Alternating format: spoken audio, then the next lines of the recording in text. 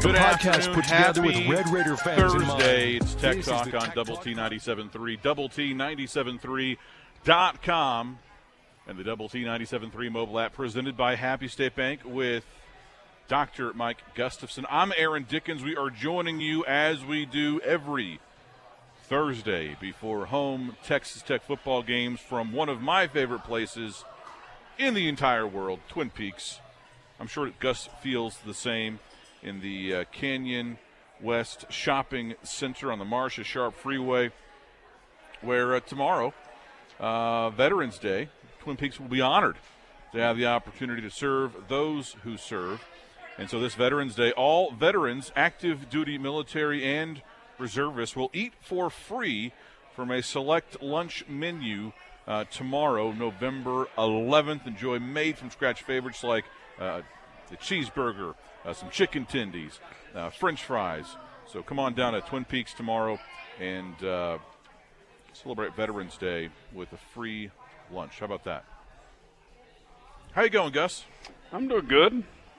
Ready for it's Friday Eve and excited about this game. Actually got a little hoops tonight. That's a fun part of this November stuff, and it's not a very long overlap, but you get about 2 or 3 weeks of the possibility of a Thursday, when a football game and a basketball game sort of overlapping, and so that'll be fun. I mean, so the sports weekend has begun as far as I'm concerned.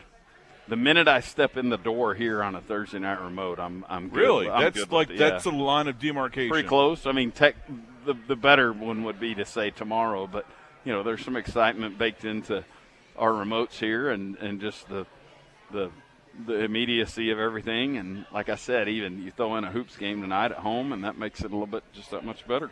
Speaking of that hoops game tonight, which we'll have for you here on Double T 97.3, we have tickets to give away. We have 6 pairs of tickets to tonight's Texas Tech versus Louisiana. No, that's not right. This is for incorrect. This is for a game next week against La Tech. Monday. Next Monday, we have 6 pair. So if you have a free evening on Monday, stop on by Twin Peaks in the Canyon West Shopping Center on Marcia Sharp Freeway and come get us a free pair of tickets. There's no hoops, no signing, no trivia. Just come on down, have a good time, and pick up a free pair of tickets. We are posted up by the bar, and if we are on the air, just come snag them.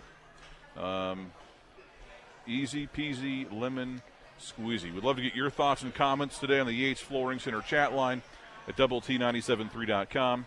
All guests appear via the Benchmark hotline.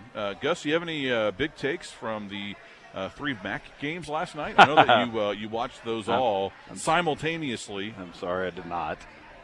You know what? I actually did not. It's a bad answer for your question.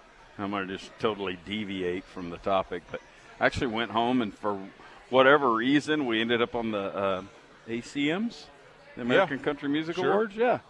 And ended up staying on that. There's just enough live performance. Did your remote batteries die or something? Did the dog eat it? You know what caught my eye? Was it cattle call? I know, right? A tribute to Eddie, who's our guy on Cattle Call? Eddie Grant? No, who's our singer on Cattle Call? Is it not? Eddie Grant's the Eddie Arnold. Eddie Arnold. Eddie Grant's the Google Eddie Grant, you're going to see the difference. There was no tribute to Eddie Arnold. There was actually a tribute to Loretta Lynn last night, very appropriately. Okay. Just passed away. But one of the co-hosts was Peyton Manning. And it was him up there kind of cutting up with one of the country stars of the day. And so, it was kind of interesting. But, I mean, they immediately went into a live performance, and then Dan and I were like kind of just settled in, and it made for nice background noise. I went out in I've got a little garden not as big as this table, and I was like, the freeze is about to end the run for these jalapenos, and so I cut all my jalapenos, and so I've got fresh jalapenos if you need anything. I'll bring them by the house. I appreciate that. I'll put them in a baggie and bring them to the Overton tomorrow. I've got plenty. Speaking of country music, and you mentioned the And Dana's a country fan. That's more the tribute last night to who was it? Loretta Lynn. Loretta Lynn. Yeah. Have you seen coal miner's daughter? Have you seen the trailer for the George and Tammy miniseries? I have not, but it was on Showtime. The two lead actors presented an award last night. Jessica Chastain, who you've probably seen in a ton of stuff. She's a delight. Oh, she's awesome. A redheaded delight. And she was in Zero Dark 30. She was like the main character. Yep. It's a great movie. And then Michael Shannon, who's been in a ton of stuff. And that's a great casting for like George Jones. He had a good role. Yeah, it is. He had a good role in Boardwalk Empire. I was a fan. Fried pickles are here. It's a good time. Yeah, no, that's all right. We're distracted now. What were we talking about? The fried pickles. Yeah, exactly. No, he had a good role in. He had a good role in Boardwalk Empire. Did you do that? Were you on that show? I don't know that I finished it. I loved it, man. Oh, well, thank you. Oh, thank you. Thank you very much. No, I did. I don't know that I finished Boardwalk Empire, but I dabbled. Yeah. He was kind of he had a good role in that. He started out as like the friendly, mild-mannered guy and ended up with the. He was also in Superman. Yeah. Oh, nice. Yeah, he was General Zod. And in my in our What Makes This Day Special, there was an important movie debut on this date. I think it'd be right up your alley. So really, yeah, we got lots to talk about here today, don't we? We'll even get to some MAC football. We should, yeah, because I mean, I don't have much two to of those add, games were pretty close. I mean, Buffalo and Central Michigan, that was a 4-point game, and it was still in the balance in the fourth quarter. And then the Northern Illinois Western Michigan game, the Huskies scored a touchdown pretty much at the end of the game to win. Nice. Yeah, how about that? You know, Northern Illinois, and it's been a while, but remember they made a run at an undefeated season and a fringe Heisman prospect. 10 years ago, maybe. What was that guy's name? I know, quarterback, good player. Yeah. He got a tiny bit of run in the NFL. I can see him. Was it Justin Lynch? Yes, and he was a kind of Jordan. a winner. Jordan Lynch. There you go. Nice. That boy, Clint. That was pretty damn close. Yep, that's good work by you. More Tech Talk next from Twin Peaks. Eats, drinks, scenic views. The podcast that finishes your workday in a very Red Raider way. This is the Tech Talk Podcast from Double T 97.3. Hey there, it's Tech Talk on Double T 97.3 and Double T 97.3.com. Joining you from Twin Peaks Eats, Drinks, Scenic Views. About to give you some headlines brought to you by our friends at Specs Wine, Spirits, and Finer Foods. We'll have Red Raider football with Joey McGuire beginning tonight at 6 o'clock on 100.7 The Score. He'll be joined by defensive line coach Zarnell Fitch. And today, the player guests, plural, Jalen Hutchings and Tony Bradford Jr. How about that? Well, yeah, those two played a bunch of football Big around time. here for a long time. The 25th Red Raider basketball team will take on Texas Southern tonight. Tip-off at 7 o'clock at the USA. ESPN Plus will have your TV coverage. We'll have our coverage on Double T 97.3 beginning at 6 o'clock. Red Raiders riding a 22-game home winning streak. They are 1-0 after beating Northwestern State on Monday, 73-49. The MLBPA announced that Justin Verlander, among other players, had declined option decisions in their contracts and are now free agents. Verlander opted out of the last year of his deal with the world champion Houston Astros, a.k.a. America's team. That was going to pay him $25 million next year, but he's certainly hoping for more. The 39-year-old had one of the best seasons of his career this year, posting a 1.75 ERA. He struck out 185 batters in 175 innings over 28 starts. His strong campaign made him a finalist for the Cy Young Award. That'll be announced next Wednesday. We do have still tickets to give away for next Monday's men's basketball game against Louisiana Tech. We started with 6 pair. We now have 3 pair left. So just come on by to Twin Peaks, have a good time. Stop by our table here and snag a pair of tickets. Easy peasy. You too can join the program. We'd love to hear from you on the Yates Flooring Center chat line at doublet973.com. I don't think the Verlander news was a surprise. No. And I think what that is more than anything else is him trying to get an extension. And of course, he's playing the field. I mean, by officially, he's on the market. But I think I don't think there's any indication that the Astros don't have an interest in re-signing, that the interest is mutual. But what he's probably seeking is, 2 or 3 more years. Right. Yeah, years and dollars, of course. And at $25 million, that's probably not far off the dollar amount, but I'm sure he's interested in tacking on a couple of years. And goodness gracious, at 39, as effective as he was, and that's coming off of surgery. It's hard to imagine that there's still not some gas in the tank. We get this on the Yates Flooring Center chat line from our friend Shelley, who says, Jessica Chastain is in Molly's Game. Great poker movie. Costner has a small role in it, too. How about that? Very nice. There is Thursday night football that, of course, you can enjoy right here at Twin Peaks. 2 college games, Tulsa at Memphis. Memphis about a 7-point favorite. And then Georgia Southern at Louisiana. The Ragin' Cajuns are 3.5-point favorites. The same Georgia Southern team that went to Lincoln and won earlier this year. That's right. And then in the NFL, Falcons and the Panthers. In a what is that? An NFC South. Yes. And that's the division that's got a 4 and 5 team sitting atop the race, isn't that right? Yeah, I mean the Falcons are 4 and 5. The Buccaneers are 4 and 5. Yeah. Both of those teams they have the same record. Now, the Bucs have a better conference record, so they would be on top. But I mean, heck, you know how many teams in the NFC have a positive point differential? So, like the total number of points scored against total, points allowed. Man, the difference there. It's run differential in baseball, but sure. The Eagles is 1. That's the big one. I don't know. I would. I guess you're going to shock me with a low number. 5. Really? Out of 16, right? Yeah. Wow. No kidding. Pretty gross. Yeah. Which and I wonder what to make of the Eagles based on that. Now they're plus 90. Yeah.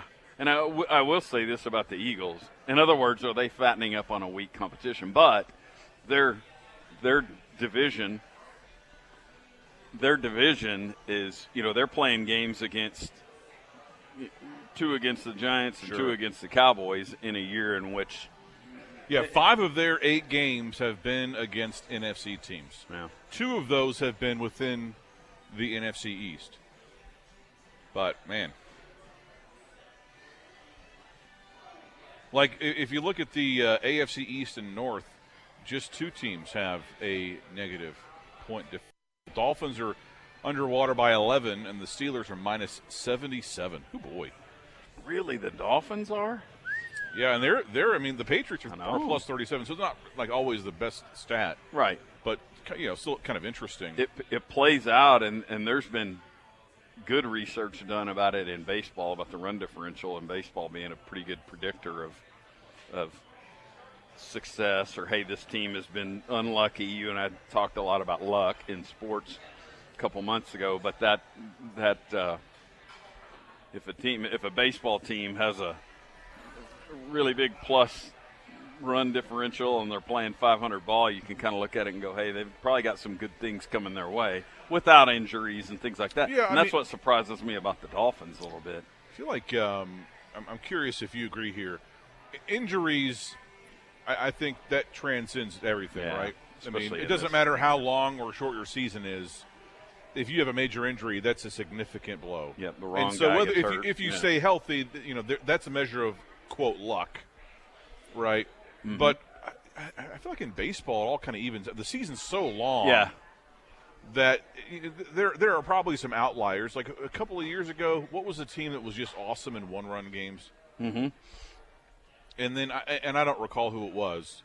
I know. But I think for the most part, that stuff kind of evens out. Whereas with Texas Tech, you look at the Kevin Smith play against Nebraska in 2005. I mean, that's gigantic, and that changes the whole course of your season. I think that one you're thinking of was the Rangers about 5 years ago. Okay, yeah. They were 36-11 in 2016, and I think they regressed to the mean significantly the next year, and were just awful. And what we had talked about with regard to baseball specifically was that because the 2016 Cubs were really, really good and they won it all, but they had a sub 500 one-run record in one-run games, and so the real indicator is what are they in 2+ run games, and the Cubs were like, they were like 80-20 in two. So in other words, they were smoking teams, but just happened to lose as many one-run games as they won. But that football conversation, there's just not enough time really to make up a 30-point loss in the NFL. Out, yeah. But the NFL, there's not a lot of 30-point losses either. That's an interesting number. Just 16, 17 games isn't enough to change things. More Tech Talk next. It's every Red Raiders' favorite podcast. This is the Tech Talk Podcast from Double T 97.3. Hi, how are you? Good afternoon. Happy Thursday. It's Tech Talk on Double T 97.3 and Double T 97.3.com with Gus. Aaron, we're joining you from one of our favorite places on the planet, Twin Peaks, in the Canyon West Shopping Center on Marcia Sharp Freeway. Eats, drinks, scenic views. No better place in town to watch college football on Saturday, including the Texas Tech game, than right here at Twin Peaks. They'll also have UFC 281 on Saturday. Get to Twin Peaks early and grab a spot for front row seats to the Octagon. We still have 2 pairs of tickets left for Monday's Texas Tech men's basketball game against Louisiana Tech. So if you want a pair of tickets to that game, just stop on by. We're posted up near the bar and snag you a pair of tickets. Easy peasy. Let's see. Yeah, I mean, you barely have to even acknowledge us. Most people sort of awkwardly make eye contact with us, and we point at the there's tickets really no there's no handbook. No, there's no. And my whole point in saying that is to say you can just walk over here and take them. Yeah, we're not going to go, sir. Excuse me, we want to be acknowledged. Right, sign the log, please. Yeah. Let's take a selfie. All right. You're good on. None of that.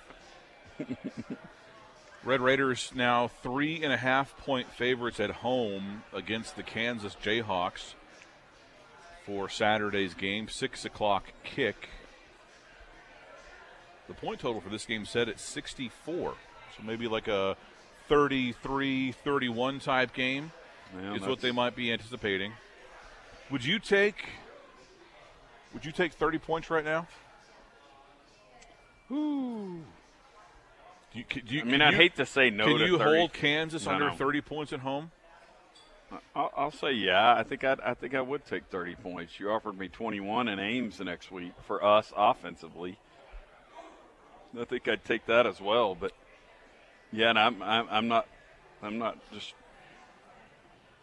I mean, I think the biggest challenge Kansas presents is offensively. They're hard to stop. And they're really balanced, and they do things in a classically fundamental way. And, the comparisons to Kansas State in a lot of ways are out there, that they don't dazzle you with big talent or anything else, but it's just a really nice execution, and first downs start getting tacked up, and then a couple of their game breakers who, for the Jayhawks, happen to be really, really fast quarterbacks this year. You realize I knew that their offense had been consistent more or less, and was pretty to very good. I didn't realize that they're third in the Big 12 in scoring offense. I mean, TCU leads the way, 43 points per game. Baylor is up there, number 2, 38.3, and then Kansas, 37.9. In other words, the Jayhawks have scored just 4 fewer points this entire season than the Baylor Bears. That is surprising. Now, the numbers dip a little bit when you look only at conference games. And from that perspective, the gap between Kansas and Texas Tech is really not that wide. KU is averaging 33 points per game. Tech is averaging 30. Kansas is fourth in the Big 12 in scoring offense in conference play. But still, and how about this? I don't know if this means anything, Gus. But the Jayhawks have the fewest number of field goals made in conference play. They've only made 5 field goals. And keep in mind, right, they've played 6 conference games. So they're averaging less than 1 field goal made per Big 12 game. Yeah, and I saw their kicker. I mean, his numbers they didn't reek. Wasn't it like 9 for 12 on the season or something? So they just haven't attempted that many. Yeah, and I think they're tied for third in touchdowns scored in conference play. So clearly they're scoring. We know this.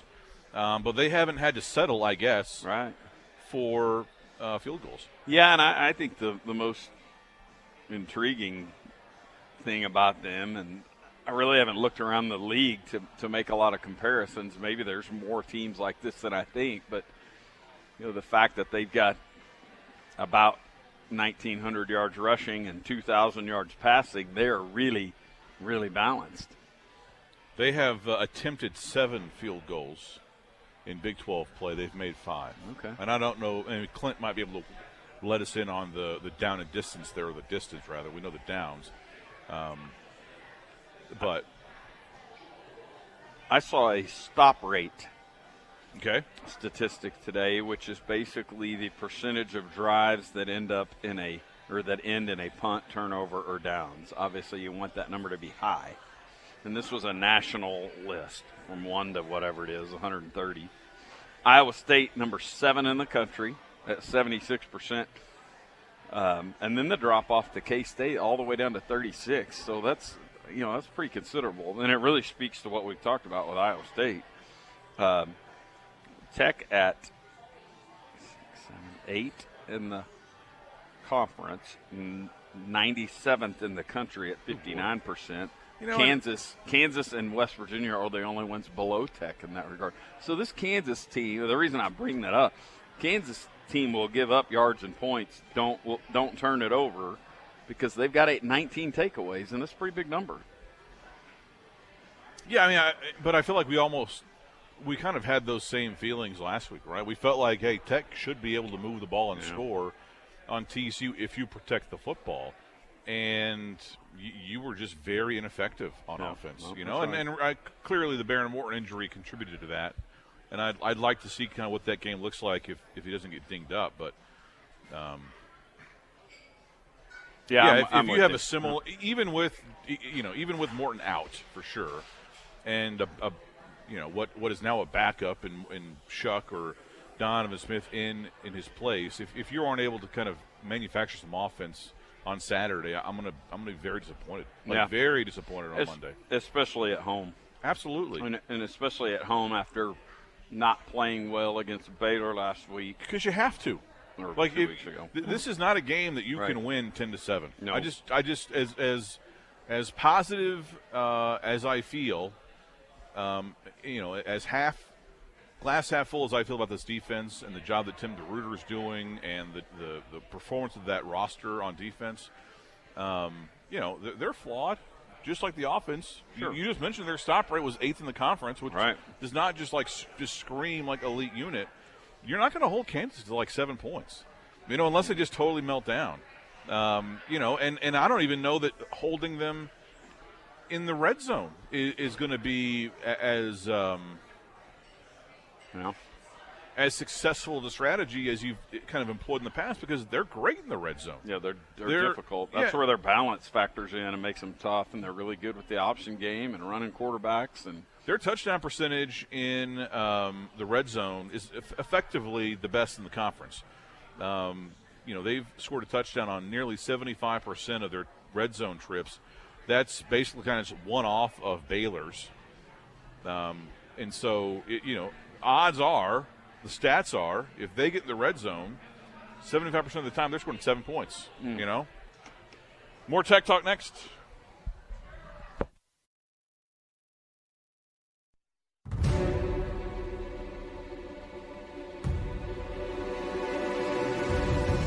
The podcast put together with Red Raider fans in mind.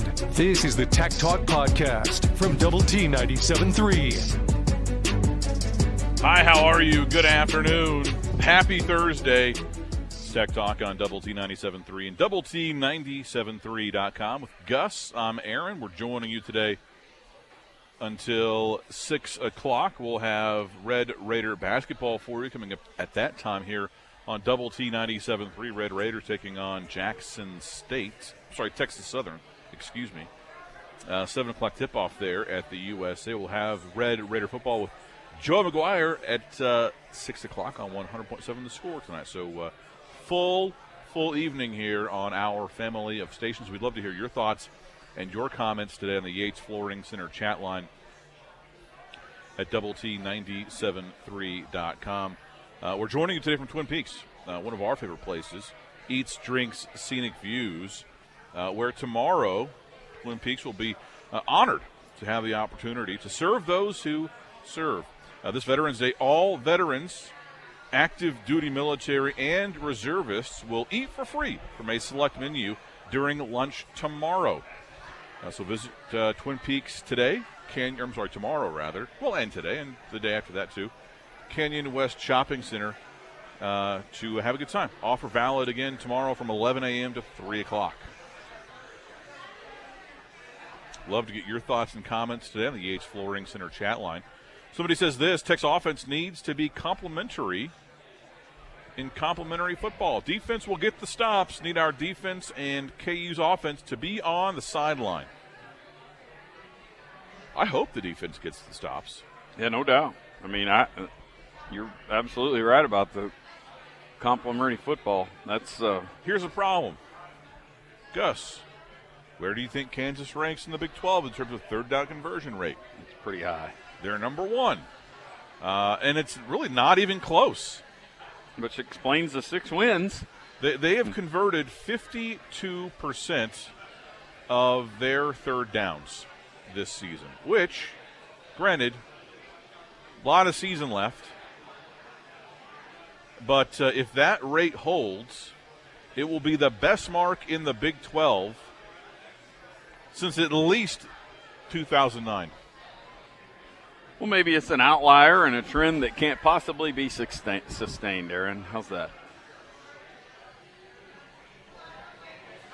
Fingers crossed. Yeah, no doubt. And heck, like even if you were banking on that to be just significantly inflated because of their non-conference schedule or something, they're still great at it in conference play. They're converting 48%. In Big 12 play. That's tops in the league. And as I scroll down the list of years, there's only been 3 programs in the last 6 years to have better conference game, Big 12 conference game, third down rates. So they stay on the field. They don't make a lot of mistakes. And when you're not, when you're not overly talented, and they're not, this isn't some third-grade football team. They got some dudes now. But, like, if you don't beat yourself and you stay on the field, that's a recipe for success no matter who you have at quarterback or, how much speed you have, Yep. No, I agree. That's it would be a great day to generate a few turnovers. It'd be a great day to win the turnover battle. For whether Kansas makes a mistake and throws it right to you, or whether they put the ball on the ground, or whatever, it would be a great day to win that turnover margin. It's really remarkable when you think about Leipold. I mean, one of the little footnotes to his time at Kansas, he was hired in April. At the end of April. That's a good point. I mean, he was hired after spring training in 2021. I mean, in whatever form that took for them. But, I believe the hire date that I saw today was April 30th, 2021, which that's a week or two before finals, unless you're on the quarters or whatever. And so it just makes it even that much more remarkable. But we've also talked about Leipold being nothing less than fantastic at the lowest level of college football, Division III, going 109-6 or whatever the crazy number was. 6 national championships in 8 years, I think, and he was ridiculously successful. But appears to be I'm going to say a Bill Snyder type, and that's high praise. But just in terms of a guy that gets his teams organized and playing very efficiently and not with any sort of dazzling talent or high flying or slinging it around or whatever, but just balanced, mistake-free, solid football. And I would imagine that he's only going to recruit better there. And I'm not saying he's going to recruit at an elite level, but he's going to get players there, and they're probably only going to get better if they can hang on to him. I think that by just elevating Kansas, right, to the point where they're not viewed as some joke program. Right. And I think probably at this point he's either done it or well on his way to doing that, at least in the short term. I think at that point you elevate the floor of your recruiting significantly. I don't know if they're going to consistently challenge for top 25 classes or not. I mean, who knows? And Kansas has some built-in disadvantages because of location and all that stuff, but just by being respectable alone, you'll upgrade the talent available through the traditional recruiting ranks. My question for you, though, about Leipold, and I hesitate to loop Clint in on this, given his clear bias. Right, he can't. As a fairly new Kansas football fan, he can't be impartial at all. What bucket would you put Leipold in? And this might need to span the next segment too, because it's like there are some coaches, and this is painting with a broad brush, obviously, right? But there are some coaches where you hire them because of their scheme, right? Whether that's Mike Leach or Cliff Kingsbury or Paul Johnson, or whatever. They're scheme coaches. That's right, and that scheme is their identity. They are X's and O's. You expect them to be very hands-on with at least one side of the football and give you a schematic advantage, not to use, not using that kind of ironically, a la Charlie Weiss. There are some recruiter types, like, hey, he's here to get players. Right. And then there are the more CEO types. Okay, hey, listen, we want somebody that can glad hand, help raise money, has a big Rolodex, can hire a bunch of good staffers, knows what buttons to press, what not to press, can navigate, boosters and administration and all that stuff. You think about it because the music's playing. Yeah. Clint, you too. Although I haven't heard from Clint, he might not be there. Oh, you're lucky I didn't boo Charlie Weiss too. Okay, yeah. What bucket does Leipold go in? More Tech Talk next.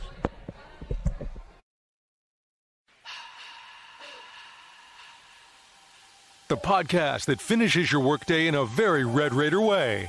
This is the Tech Talk Podcast from Double T 97.3. Hi there, it's Tech Talk on Double T 97.3 and DoubleT973.com with Gus. I'm Aaron. We're joining you today from Twin Peaks in the Canyon West Shopping Center on the Marcia Sharp Freeway. By main event, a little bit before Sam's Club.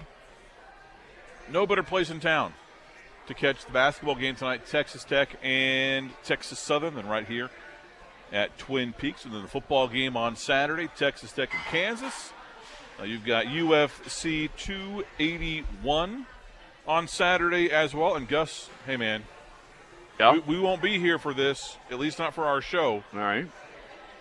You know what's on Monday? You will never guess this. Like sporting event? No. Oh.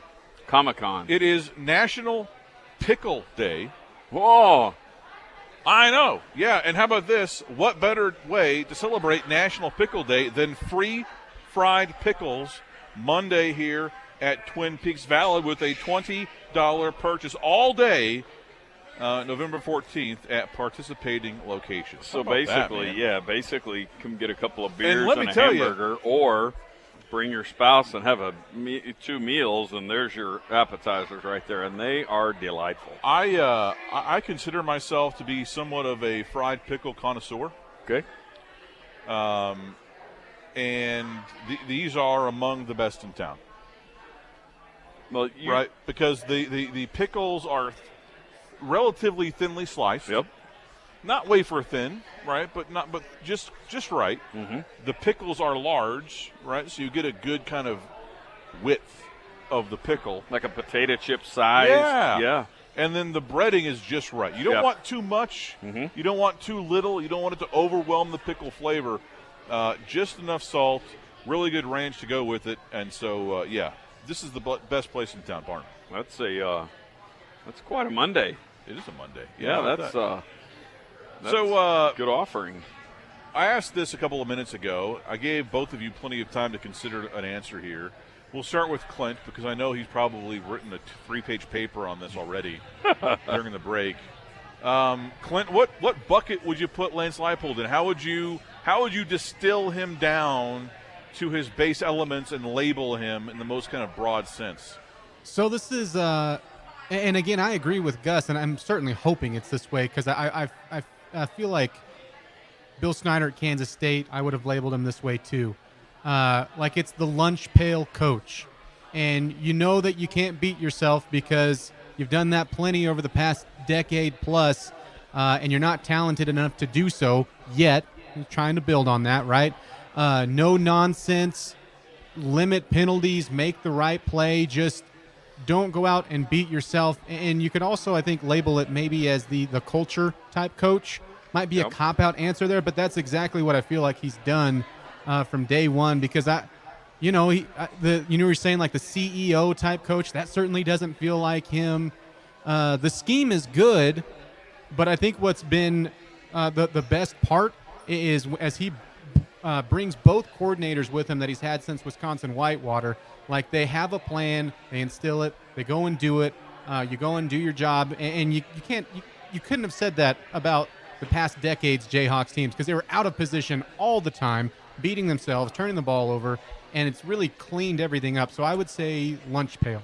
Give me another example of a lunch pail coach other than Bill Snyder.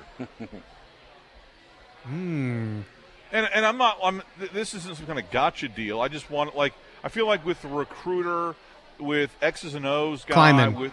Same guy at Kansas State. I would put him in there, pick too. Pick another school. Come on. It's what you got to do in the state, man. Leave us alone. Because, I get what you're saying, and I'm not saying that there's a better label for him. It's just that I need some more examples of that kind of coach. While Clint's thinking of that, my response to you, given the 3 choices, and Clint explained a lot and provided a lot more color and detail, but of the 3 choices I was given, I would pick CEO coach because I don't know that he's a dazzling recruiter. Don't know that yet. I don't know that that's part of his reputation. And I think the fact that he's had the same coordinators moving around with him that have been with him for a long time, I'm not saying it takes him out of being an X's and O's guy, but I think their identity is really baked into what they are. It does allow him to be more of perhaps a CEO choice or a culture guy, as Clint said, because they're. And again, I'm not saying Leipold doesn't have a say in any of the X's and O's or the drills, or he has a special interest in the defensive line because he coached that, or the DBs or whatever. I don't know.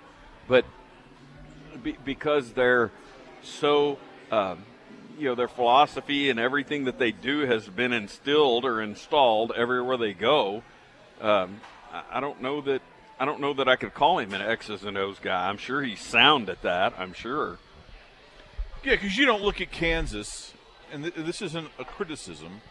This is just, my view of things, my view of the facts. You don't look at them as a team that is on the cutting edge of offensive or defensive scheme. Not that they're, old and stodgy. I have no idea. But it's not like they're doing something that no one else is doing. All right. So, yeah, I don't know, man. It's hard to really put him in a bucket. Clint, have you considered any other examples other than just Kansas people? The closest I can come to culture coach might be I wonder how we would describe Deion Sanders. He's obviously a recruiter, but wouldn't you think that he's been a heavy culture guy, because all the video clips and audio clips of him are talking about him, being on work habits and big picture things like that. But the other one that I'm thinking of that's got a big identity. Now, I don't know if this is a great one, but Bielema. Bielema's culture, there's an identity there, and it's not this fancy X's and O's deal, but his culture. More of a plan. Yeah, it's more of a plan. It's his identity. Yeah. When they beat Wisconsin in maybe week 3 or whatever, they went to Madison. It was an early and a kind of an eye-raising win. Like, whoa, Chris fired. Pretty, yeah. And somebody, one of the national writers, said Brett Bielema went into Madison and out Wisconsin, meaning they pounded the rock, big linemen, played physical, heavy. 2 weeks ago, they beat Minnesota with a running back that went 41 carries for 180 yards. You just don't see that very much anymore. Those are Byron Hanspard, Ricky Williams, Bam Morris type numbers. You've been listening to the Tech Talk Podcast from Double T 97.3. Check out Double T973.com for more from Lubbock Sports Station.